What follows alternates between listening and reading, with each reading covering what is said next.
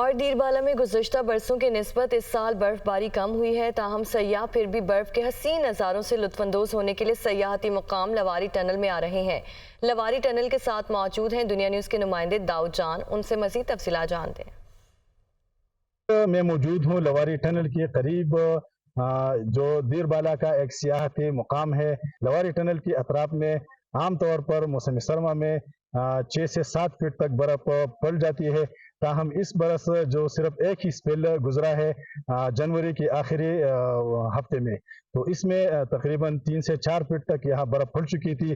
آج آپ دیکھ رہے ہیں کہ یہاں پر سورج نکلا ہوا ہے اور بہت روشن دن ہے۔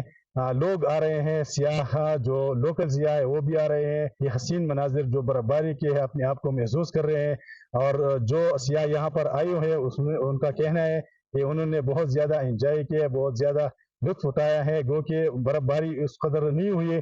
دوسرے جو ٹورسٹ ہے، جو برف باری کی شوقین ہے، برف کے شوقین ٹورسٹ سیاح ہے، ان کو دعوت دے رہے ہیں کہ وہ آ کر لواری ٹنل کے ان حسین نظاروں سے لطف اندوز ہو سکے۔